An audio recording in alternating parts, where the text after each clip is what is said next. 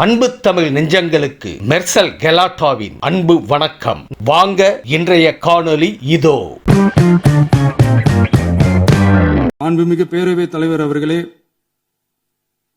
சட்டம் ஒழுங்கை பத்தி பேச்சு வந்தது. சட்டம் ஒழுங்கு சரியா இருக்கணும் அப்படின்றதுல எங்களுக்கு மாற்று கருத்தே கிடையாது. கண்டிப்பா லா அண்ட் ஆர்டர் கரெக்டா இருக்கணும், கரெக்டா இருக்க வைப்போம். அதே மாதிரி பெண்கள் பாதிக்கப்படுறதையும் இங்க யாராலையும் சகிச்சுக்கவே முடியாது. அதுக்கான கடுமையான நடவடிக்கைகள் நம்ம அரசு எடுத்துக்கிட்டு இருக்கிறோம். இந்த சிங்கப்பெண் சிறப்பு அதிரடி படை கூட அதுக்கான ஒரு ஃபர்ஸ்ட் ஸ்டெப் தான். அதே மாதிரி இந்த போதைப் பொருள் நடமாட்டம் அதை கண்ட்ரோல் பண்றதுக்கும் நம்ம அரசு கடுமையான நடவடிக்கைகள் எடுத்துக்கிட்டு இருக்கிறோம். அதையும் கண்டினியூ பண்ணி எடுப்போம். மாண்புமிகு பேரவைத் தலைவர் அவர்களே, இப்ப நான் சொன்ன இந்த பிரச்சனைகள்லாம் 2026 போன மாசம் மே மாசம் 10ஆம் தேதி புதுசா வந்துடல. இதெல்லாம் பல வருஷமா இருக்கிற பிரச்சனைகள் தான், பல வருஷமா கண்டுக்காம விட்ட பிரச்சனைகள் தான்.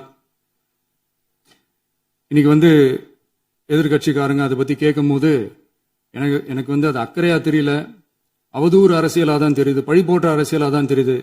இப்படி அவதூறு பழி போடுறவங்களை பார்த்து ஒண்ணு தான் கேட்கணும்னு தோணுது. கடந்த 9-10 மாசமா நம்ம ஸ்டேட்ல சட்டம் ஒழுங்கு டிஜிபியே இல்ல. சட்டம் ஒழுங்கு டிஜிபியை போடுங்கன்னு சொல்லி எல்லாம் ஓஞ்சி போயிட்டோம். போன ஆட்சியில் நடந்ததுக்கெல்லாம் இப்பதான் விடையே கண்டுபிடிக்கிறோம். நம்ம ஆட்சியில்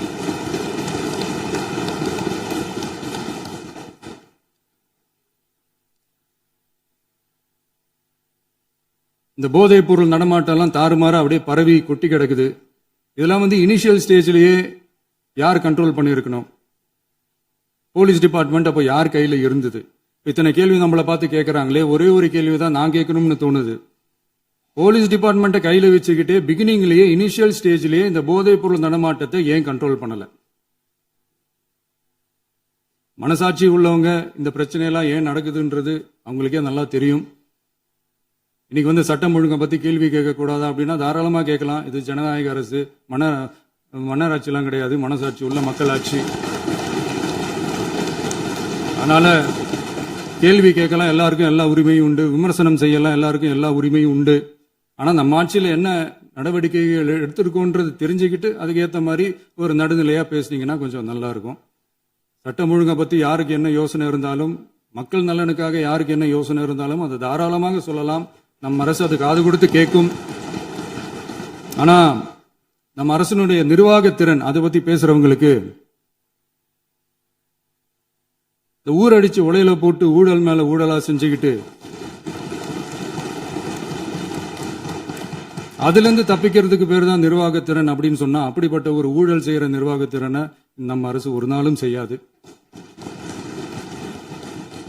பொட்டி பெட்டியா பணத்தை வச்சுக்கிட்டு, பெட்டியை வச்சு எல்லாம் செஞ்சுக்கிட்டு, போதைப் பொருள் பாதுகாவல் கழக மாடல் அரசாங்கம் செஞ்ச ஒவ்வொரு ஊழலா வெளியில வந்துகிட்டு இருக்கு. செஞ்சே ஆகணும். எல்லாரும் கட்சி ஆரம்பிச்சுட்டு தான் ஒவ்வொரு வீட்டுக்குள்ளேயும் போவாங்க. ஆனா நாம ஒவ்வொரு வீட்டுக்குள்ளேயும் போனதுக்கு அப்புறம் தான் கட்சியவே ஆரம்பிச்சிருக்கிறோம். ஒவ்வொரு வீட்டுல ஒவ்வொருத்தரும் நம்மள அவங்க பிள்ளையா, மகனா, அண்ணனா, தம்பியா ஏத்துக்கிட்டதும் இயல்பா நடந்துச்சு. தமிழ்நாட்டு மக்களோட மனசுக்குள்ள போறதுக்கு நாம பட்ட பாடு நமக்கு மட்டும்தான் தெரியும். இதெல்லாம் புரிஞ்சாலும் புரியாத மாதிரி இருக்கிறவங்க தான் நம்மள நடிகன் என்று சொல்லியும், நம்ம கட்சிய நடிகன் கட்சின்னு சொல்லியும் சில நக்கல் நையாண்டி இதெல்லாம் பேசுவாங்க. அதை பத்தி நமக்கு கவலை இல்லைன்னு. இப்படி நம்ம அரசியல் பயணம் ரொம்ப டிரான்ஸ்பரண்டா தான் ஆரம்பிச்சிருக்கு. இந்த 2026 தேர்தல்ல கூட்டணியே இல்லாமல் தனியா நின்னோம். மக்கள் நம்மள தெளிவா புரிஞ்சுக்கிட்டதாலையும் நம்ம டிவிகே தோழர்களோட உழைப்பாலையும் நாம 35% வாக்குகளை வாங்கினோம். 1,72,00,000 வாக்குகளோட தமிழ்நாட்டிலேயே தனி பெரும் கட்சியா வந்தோம். தமிழக மக்களாலையும் நம்மளோட ஆதரவு இயக்கங்களாலையும் இதோ இன்னைக்கு இங்க நம்ம டிவிகே ஆளும் கட்சியா உட்கார்ந்து இருக்கிறோம். இந்த ஆளும் கட்சியா ஆனதும் அவ்வளவு சாதாரணமாலாம் நடந்துடல. 2.25 வருஷத்துல ஆட்சிக்கு வந்துட்டீங்கன்னு ரொம்ப கிண்டலா கேலியா சிலர் பேசுறாங்க. எங்களோட இந்த 2.25 வருஷ டிராவல்ல எவ்வளவு வலியும் வேதனையும் இருக்குது. நம்மளோட மக்கள் சந்திப்புக்கு அவ்வளவு இடையூறு, அவ்வளவு தடைகள், ஊர் உலகத்துல யாருக்கும் இல்லாத ஒண்ணா நமக்கு மட்டுமே தனியா ஸ்பெஷலா எக்ஸ்க்ளூசிவா நிறைய நிபந்தனைகள், நெருக்கடிகள், கட்டுப்பாடுகள், நம்மளை சந்திக்க வர்ற மக்களுக்கு சரியான பாதுகாப்பு இல்லாம, நம்ம கூட்ட நிகழ்ச்சிக்கு போதுமான பாதுகாப்பு இல்லாமன்னு இன்னும் வெளியே சொல்ல முடியாத நிறைய சூழ்ச்சிகள் எல்லாத்தையும் தாண்டி தான் நாம இந்த இடத்துக்கு வந்திருக்கிறோம். But still miles to go. நம்ம டிராவல்ல எல்லாத்துக்கும் உச்சமா நம்மளோட சொந்தங்கள், நம்மளோட உறவுகள், 41 பேர் கரூர் சம்பவத்துல இழந்த வேதனை எல்லாம் எப்படி சொல்றதுனே தெரியல. நம்ம மனசை விட்டு என்னைக்கும் அந்த வலியும் வேதனையும் நீங்கவே நீங்காது. அதுலயும் நம்ம மேலேயே பழி போட்ட கொடுமையெல்லாம் இருக்கும் பாருங்க, அதெல்லாம் வேற லெவலுங்க. என்னத்துக்கு அப்படியெல்லாம் செஞ்சாங்கன்னு தெரியல. அரசியல்னா இப்படியெல்லாம் கொடூரமா இருக்கணுமா என்ன? சரி விடுங்க. இந்த விஜய் இவனோட மக்களுக்காக எதையும் தாங்க தயாரா ஆகிட்டான். இவ்வளவு பெயின்ஃபுல்லான நம்ம பொலிட்டிக்கல் டிராவல்ல நம்மளோட மிகப்பெரிய ஆறுதலும் பலமும் என்ன தெரியுமா? என் நெஞ்சில் குடியிருக்கும் என்னோட தமிழ்நாட்டு மக்களும், என் உயிருக்கு உயிரான என்னோட தோழர்களும் தான். அவங்களோட பலத்தால தான் அன்னைக்கு 1967ல முன்னாள் கொண்டு சேர்த்துக்கிட்டே இருக்கிறாங்க. இப்பவும் சொல்றேன், மக்கள் பணத்துல இருந்து ஒரு பைசா கூட தொடமாட்டோம், தொடவும் விடமாட்டோம், தொட்டா விடமாட்டோம், இதுக்கு முன்னாடி தொட்டவங்களையும் விடமாட்டோம்.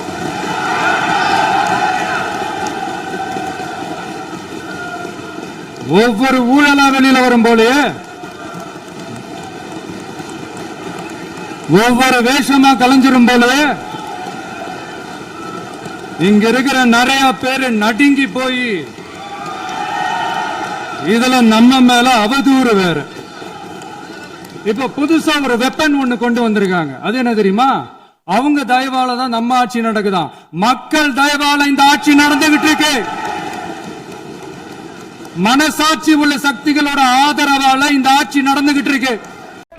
எனக்கு ஒரு குட்டி கதை ஒண்ணு ஞாபகம் வருது, சொல்லாமா? ஒரு ஊர்ல ஒரு பெரியவர் வெயில் ரொம்ப ஜாஸ்தியா இருக்குன்னு சொல்லிட்டு கண்ணுக்கு மேல கை வச்சுக்கிட்டு இப்படி சுத்தி முத்தி தேடிக்கிட்டு இருந்தாராம். அப்ப கூட இருந்த ஒரு சின்ன பையன், என்ன தேடுறீங்க அப்படின்னு கேட்டானா. அதுக்கு அந்த பெரியவர் சொன்னாரா, அது ஒண்ணு இல்ல தம்பி, உங்க அப்பா இங்கதான் இருப்பாருன்னு சொன்னாங்க, அதான் தேடிக்கிட்டு இருக்கேன். எங்க உங்க அப்பாவையா காணோம்?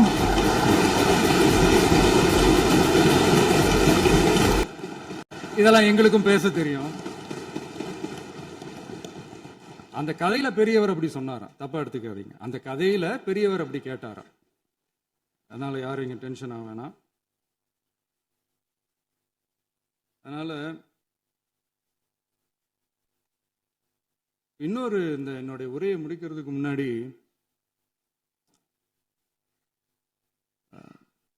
போயிட்டாங்க, பேசலாமா?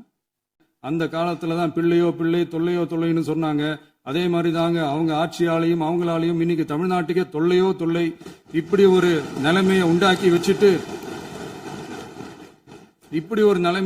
வச்சுட்டு இவங்க சொல்றாங்க நமக்கு ஆட்சி செய்ய தெரியாதுன்னு. நம்ம அமைச்சர்களுக்கும் நம்ம சட்டமன்ற உறுப்பினர்களுக்கும் ஒன்னும் தெரியாதுன்னு. ஆமாங்க, எங்களுக்கு தெரியாதுதான். எங்க சட்டமன்ற உறுப்பினர்களுக்கும் அமைச்சர்களுக்கும் மக்கள் பணி செய்ய தெரிஞ்ச அளவுக்கு மக்கள் பணத்தை சுருட்ட தெரியாதுதான்.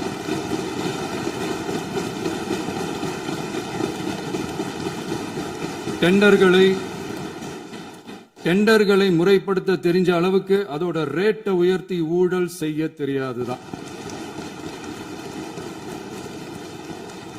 பதவி உயர்வு வழங்கவும் பணி இடமாற்றம் கலந்தாய்வு நடத்தவும் தெரியுமே தவிர பதவி உயர்வுக்கும் பணியிட மாற்றத்திற்கும் பணம் பறிக்க தெரியாதுதான்.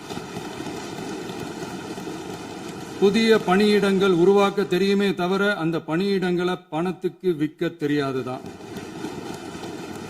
கோயில்கள்ல நடக்கிற நிர்வாக சீர்கேட்டை தடுக்க, நீங்க பேசுங்க, நீங்க கண்டிப்பா பண்ணுங்க. கோயில்கள்ல நடக்கிற நிர்வாக சீர்கேட்டை தடுக்க தெரியுமே தவிர கோயில் பணத்தை கொள்ளையடிக்க தெரியாதுதான். தங்கத்தை உருக்கி தாரை வார்க்க தெரியாதுதான். கனிம வளத்தை பாதுகாக்க தெரிஞ்ச அளவுக்கு கனிமத்தை வித்து கொள்ளையடிக்க தெரியாதுதான்.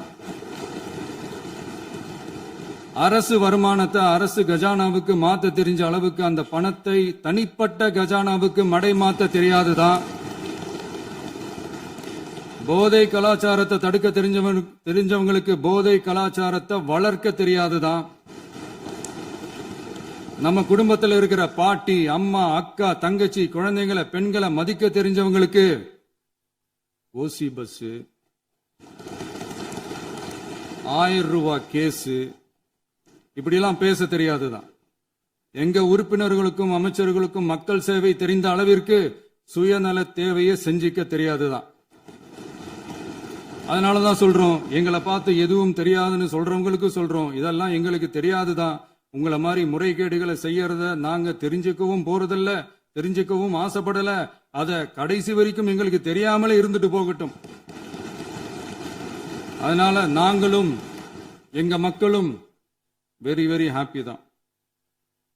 மாண்புமிகு பேரவைத் தலைவர், எதிர்கட்சி தலைவர், மாண்புமிகு எதிர்கட்சி தலைவர் பேசும்போது நிறைய பேசினாங்க. அதுல ஒண்ணு மட்டும் அரசு சொல்றதா நினைச்சுக்கிட்டு நம்மள இன்டைரக்டா ஈவில் அப்படின்ற அந்த வார்த்தையை யூஸ் பண்ணாங்க. எனக்கு ஒண்ணுதான் சொல்லணும்னு தோணுது. ஈவில்ஸ்னு டெவில்ஸ் பேசக்கூடாது.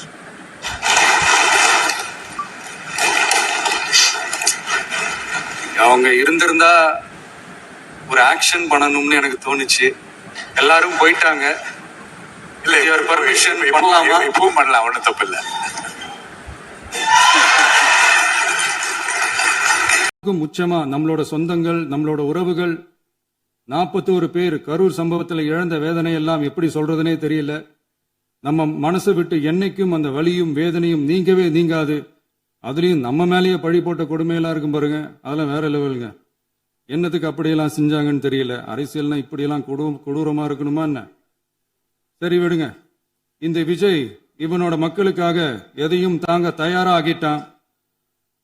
இவ்வளவு பெயின்ஃபுல்லான நம்ம பொலிட்டிக்கல் டிராவல்ல நம்மளோட மிகப்பெரிய ஆறுதலும் டிவியில பார்த்தோம். சரி, அதான் 5 நிமிஷம் பேசுனதுக்கே கொளத்தூரி இந்த ஆட்டம் ஆயிடுச்சு. பேசுனா அப்புறம் என்ன பண்றது?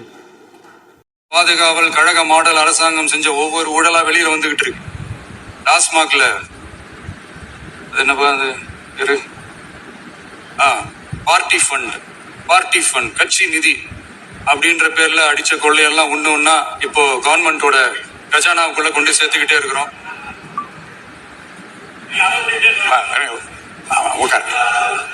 மாண்புமிகு முதல்வர்கள் பதிலுரைக்கு பிறகு முதல்வர் பதிலுரைக்கு பிறகு நேரம் தரேன். அவங்க பேசட்டும். அவங்களை பேச அனுமதி.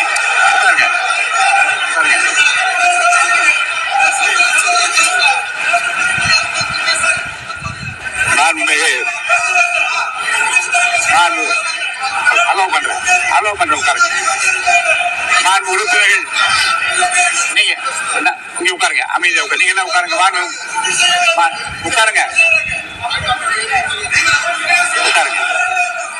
மாண்புமிகு நீங்க எல்லாரும் உட்காருங்க.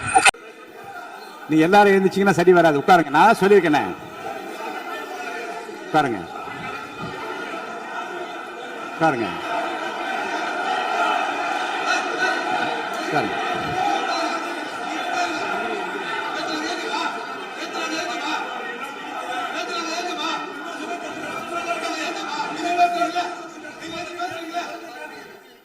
மாண்பு உறுப்பினர் அமைதி காக்க வேண்டும். நேற்று எதிர்க்கட்சி தலைவர் பேசுகிற போதும் அவர் பேசுகிற எல்லாவற்றுக்கும் நான் அனுமதி அளித்தேன். அதில் பாயிண்டா கேளுங்க, அந்த விவாதத்தில் கேளுங்க. இப்போதும் மாண்புமிகு முதலமைச்சர் அவர் பேசி முடித்த பிறகு நான் உங்களுக்கு அதுக்குரிய அவகாசத்தை தருகிறேன். நீங்க கேள்வி கேளுங்க. கேட்கிற உரிமையும் விளக்கத்தை பெற்றுக்கொள்ள உரிமை உங்களுக்கு இருக்கிறது. அதற்கு அவகாசம் நான் தருகிறேன். மாண்புமிகு உறுப்பினர் அமருங்க. நான் என் தீர்ப்பை சொல்லுகிறேன். மாண்புமிகு முதலமைச்சர் அவர்கள் பேசி முடித்தவுடன் எதிர்க்கட்சி தலைவருக்கு அந்த வாய்ப்பை நான் தருகிறேன். நிச்சயமா அந்த கேள்வி கேட்கலாம். உட்காருங்க எல்லாரும். பேரவை முன்னவர் பேசுங்க. மாண்பு பேரவைத் தலைவர் அவர்களே, இன்று இவர்கள் முயற்சி செய்வது, அவர் ஆளுங்கட்சியாக இருக்கின்ற போது, இருங்க நான் சொல்லிடுறேன் ப்ளீஸ். ஒரே நிமிஷம் நான் சொல்லிடுறேன் ப்ளீஸ். ஆளும் கட்சியாக இருக்கின்ற போது நீங்கள் சொன்ன ஒரே வார்த்தை, நாங்கள் பேசி முடித்ததற்கு பிறகு குறிப்பிடுத்துவிட்டு நீங்கள் எந்த கேள்வி வேண்டுமானாலும் கேட்கலாம் என்று ஒரு முறையை நீங்கள் பின்பற்றினீர்கள் அதே முறையை இப்போது பின்பற்ற வேண்டும் என்று கேட்டுக்கொள்கிறேன்.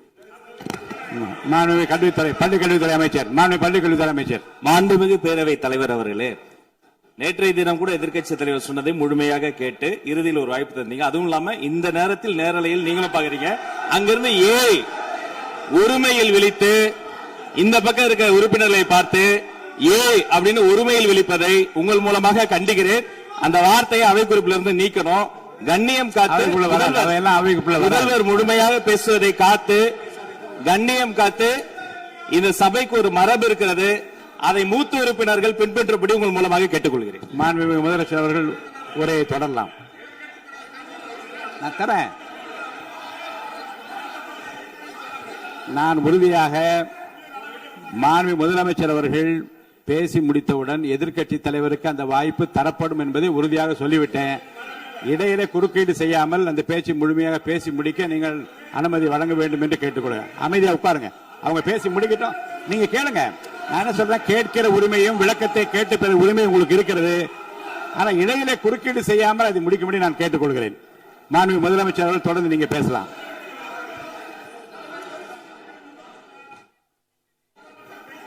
எதிர்க்கட்சி தலைவர்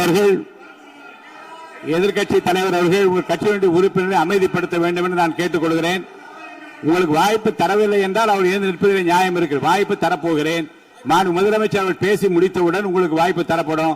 அது வரைக்கும் உங்களுடைய உறுப்பினரை அமைதி காக்க நீங்கள் தான் பார்த்துக் கொள்ள வேண்டும். மாண்புமிகு அவை முன்னவர்.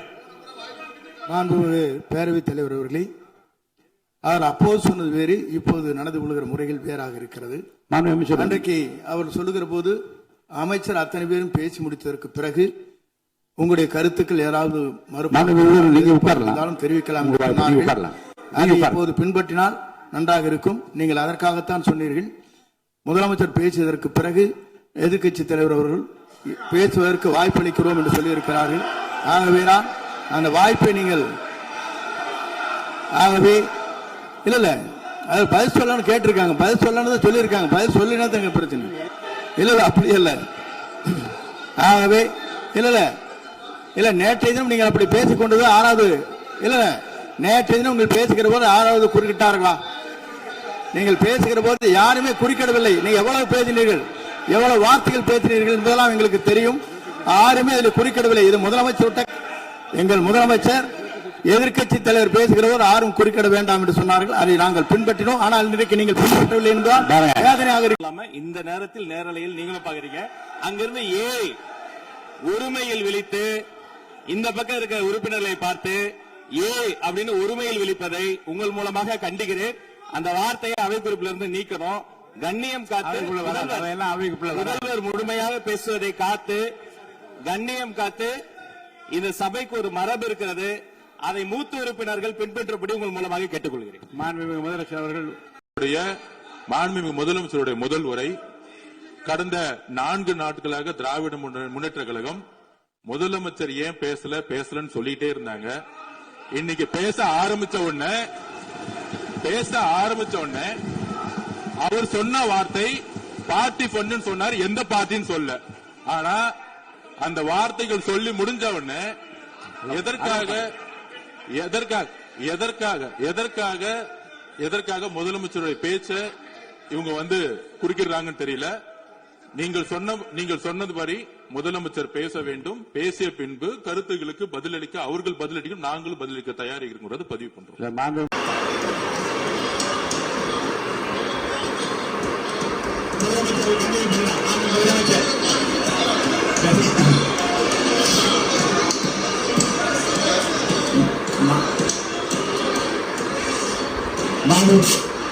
இந்த சமூக நீதி அரசுன்னு சொல்றவங்களை பார்த்து கேக்குறேன்.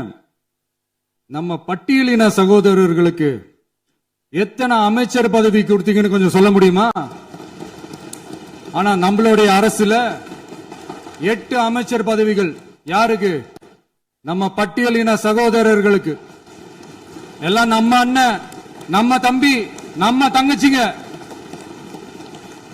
அண்ணல் அம்பேத்கர் அவர்களுடைய கிட்டத்தட்ட 100 ஆண்டு கால கனவு இப்ப நிறைவேறி இருக்கு. நான் ஏன் கொஞ்சம் சவுண்டா பேசுறேன் அப்படின்னா அவங்களுக்கு கேட்கணுன்றதுக்காக, தப்பா எடுத்துக்காது. அதே மாதிரி பெண்களோட பாதுகாவலர் நாங்க தான் அப்படின்னு சொல்லிக்கிறவங்கள கேட்கிறேன், எத்தனை பெண்களுக்கு அமைச்சர் பதவியில இடம் கொடுத்தீங்க கொஞ்சம் சொல்ல முடியுமா? எங்க அரசுல 4 சகோதரிகளுக்கு அமைச்சர் பதவி கொடுத்திருக்கிறோம்.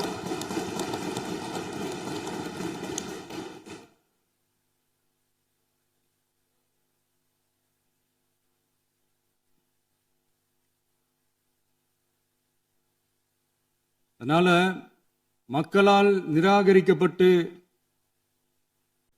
மக்களால் அகற்றப்பட்டவங்களுக்கு ஒண்ணு சொல்லிக்கிறோம், தப்பே செய்ய மாட்டோம், ஊழலே செய்ய மாட்டோம், நேர்மையா தான் இருப்போம், நியாயமா தான் இருப்போம் அப்படின்னு சொல்றவங்களால மட்டும்தான் கூட்டணி ஆட்சி அமைக்க முன்வரும். ஆட்சியிலையும் பங்கு அதிகாரத்திலையும் பங்கு கொடுக்க முன்வரும். ஊழல்லையே ஊறி போனவங்களால இந்த கூட்டணி ஆட்சியோ ஆட்சியிலையும் பங்கோ அதிகாரத்திலையும் பங்கு கொடுக்க முன்வராது. மெஜாரிட்டி இருந்தாலும் தரமாட்டாங்க, மெஜாரிட்டி இல்லைனாலும் தரமாட்டாங்க. கேட்டா ரெடிமேடா ஒரு பதில் ஒண்ணு வச்சிருப்பாங்க, கூட்டணி ஆட்சியை மக்கள் விரும்ப மாட்டாங்கன்னு. அதே மக்கள் தான் இப்ப அவங்கள பார்த்து சிரிக்கிறாங்க. நான் பதவியேற்ற அன்னைக்கு கொஞ்சம் டைம் அவகாசம் கேட்டேன். எதுக்கு கேட்டேன்? நிதி நிலைமைலாம் கொஞ்சம் மோசமா இருக்குது, அதெல்லாம் கொஞ்சம் சரி செஞ்சுக்கிட்டே படிப்படியா கொஞ்சம் கொஞ்சமா நான் கொடுத்த வாக்குறுதிகள்லாம் செயல்படுத்துவேன், அதுக்காக கொஞ்சம் டைம் அவகாசம் கேட்டேன். நான் ஏதோ வேற எதுக்காகவோ வேற யாருக்காகவோ ஏதோ அவகாசம் கேட்ட மாதிரி. அடுத்து இங்க சபையில இல்லாதவங்களை பத்தி பேச வேண்டாம்னு நினைக்கிறேன்.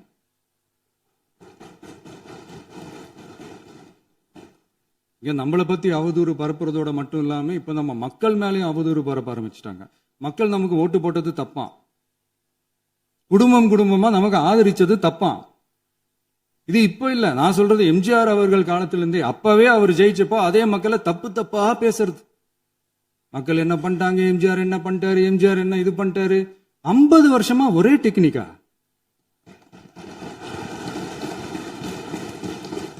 டெக்னாலஜி எல்லாம் மாறி வேற எங்கேயோ போயிட்டு இருக்கு. பஸ் இதுல கொஞ்சம் டெக்னிக்காச்சும் கொஞ்சம் மாத்தினா கொஞ்சம் நல்லா இருக்கும். அதனால மக்களுக்கு யூஸ்ஃபுல்லா இருக்கிற மாதிரி இந்த ஆக்கப்பூர்வமான கருத்துக்களோ ஆக்கப்பூர்வமான யோசனைகளோ இருந்தா சொல்லுங்க, அதை நாங்க டெஃபரெண்டா எடுத்துக்கிறோம். ஆனா அதை விட்டுட்டு இந்த நக்கலு நையாண்டி சம்பந்தம் இல்லாத பேச்சு இதெல்லாம் பேசிட்டு அப்புறம் முதல்வர் பதில் சொல்லல, முதல்வருக்கு பதில் சொல்ல தெரியல அப்படின்னா அப்புறம் என்ன சோஃபா மாடல் ஆட்சியா? அது என்னன்னு புரியறதுக்கு எனக்கு ரொம்ப நாள் ஆச்சு. இந்த sofa set, table chair, teapoy, furniture பிசினஸ்லாம் வேற எங்க வெளியில போய் பண்ண சொல்லுங்க. அப்படி அந்த பிசினஸ் தான் பண்ணணும்னா நிறைய பிசினஸ் பண்ற மாதிரி வெளியில போய் பண்ண சொல்லுங்க, இங்க சட்டசபைக்குள்ள வேணாம். அதனால ஆக்கப்பூர்வமான கருத்துக்கள் இருந்தா சொல்லுங்க, டெஃபினட்டா அது சரியா இருந்தா நாங்க ஏத்துக்கிறோம். நாம ஆட்சிக்கு சரியா 40 நாள் ஆகுது, அதுக்குள்ள என்ன செஞ்சீங்கன்னு கேக்குறாங்க. ஒரு லிஸ்ட் ஒன்னு சொல்றேன் கேளுங்க. பெண்கள் பாதுகாப்புக்காக சிங்கப்பெண் சிறப்பு படை, 200 யூனிட் வரை கட்டணமில்லா மின்சாரம், போதைப் பொருள் ஒழிப்புக்காக தனிப்படை, குறுவை நெல் சாகுபடியை ஊக்குவிப்பதற்காக 134.83 கோடி சிறப்பு தொகுப்பு திட்டம், வழிபாட்டு தலம், ஸ்கூல், பஸ் ஸ்டாண்டுன்னு அதுக்கு பக்கத்துல இருக்கிற 717 மதுபான கடைகள் மூடப்பட்டன. அங்க வேலையில் இருந்தவர்களுக்கு வேறு கடைகளில் வேலை, கவனிக்கப்படாமல் விடப்பட்ட அம்மா உணவகங்கள் புதுப்பிக்கப்பட்டன. பத்திரப்பதிவு துறையில் பகல் கொள்ளைக்கு புல் ஸ்டாப் வைக்கப்பட்டுள்ளது. வருகையில்லா ஆவண பதிவு முறை கொண்டு வர உத்தேசிக்கப்பட்ட செயல்பாட்டில் உள்ளது.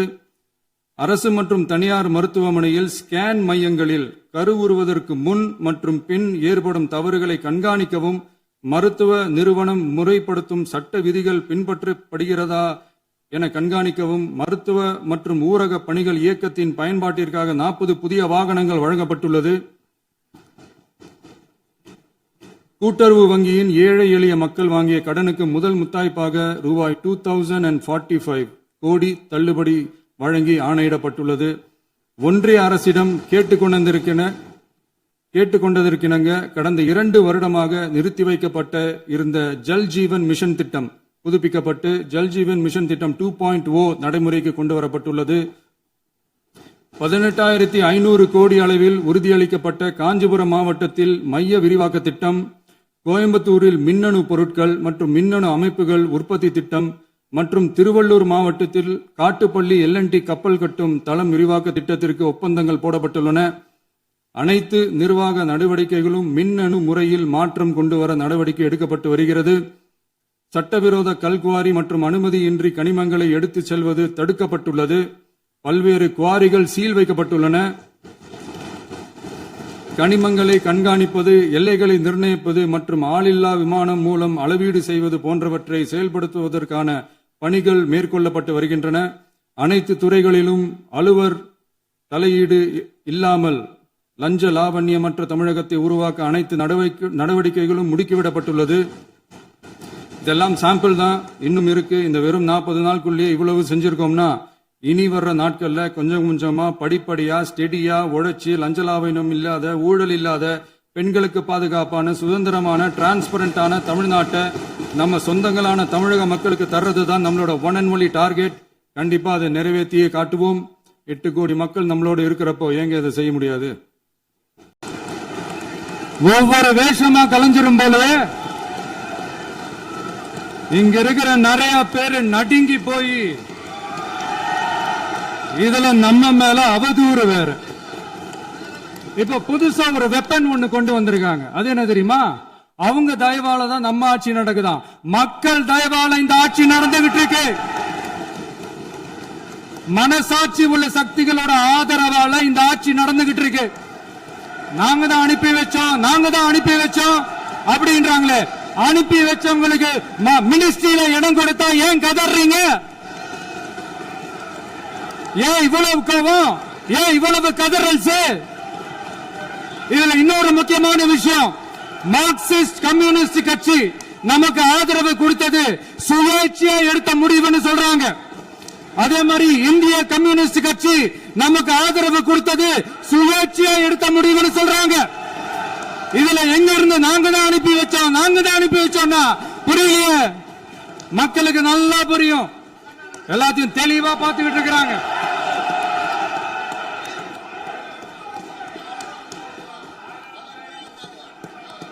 முதலமைச்சர் கண்டினியூ பண்ணலாம். மாண்பு முதலமைச்சர்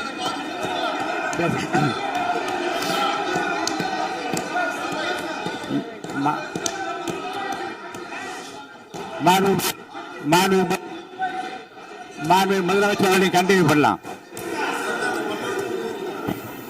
மக்கள் பணத்திலிருந்து ஒரு பைசா கூட தொடமாட்டோம், தொடவும் விடமாட்டோம், தொட்டா விடமாட்டோம். இதுக்கு முன்னாடி தொட்டவங்களையும் விடமாட்டோம்.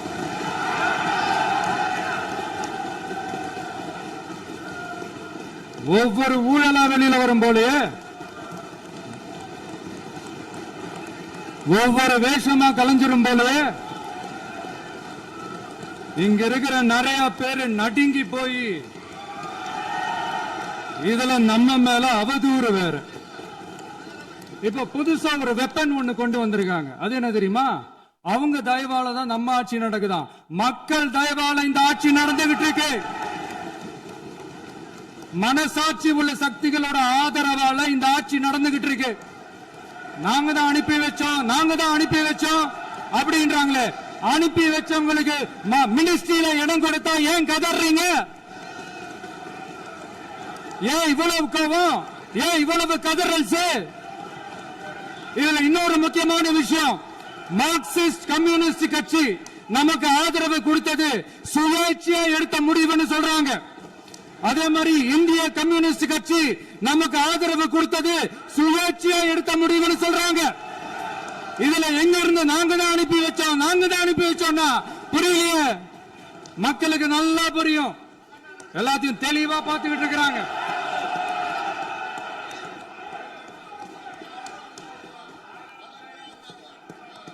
முதலமைச்சர் கண்டினியூ பண்ணலாம். மாண்பு முதலமைச்சர்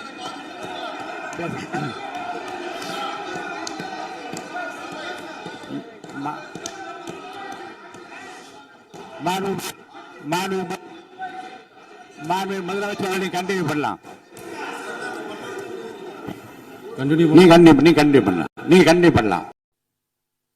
நேத்து எதிர்கட்சி தலைவர், மாண்புமிகு எதிர்கட்சி தலைவர் பேசும்போது நிறைய பேசினாங்க. அதுல ஒண்ணு மட்டும், அரசு சொல்றதா நினைச்சுக்கிட்டு நம்மள இன்டைரக்டா ஈவில் அப்படின்ற அந்த வார்த்தையை யூஸ் பண்ணாங்க. எனக்கு ஒன்னே ஒன்று தான் சொல்லணும்னு தோணுது. ஈவில்ஸ்னு டெவில்ஸ் பேசக்கூடாது.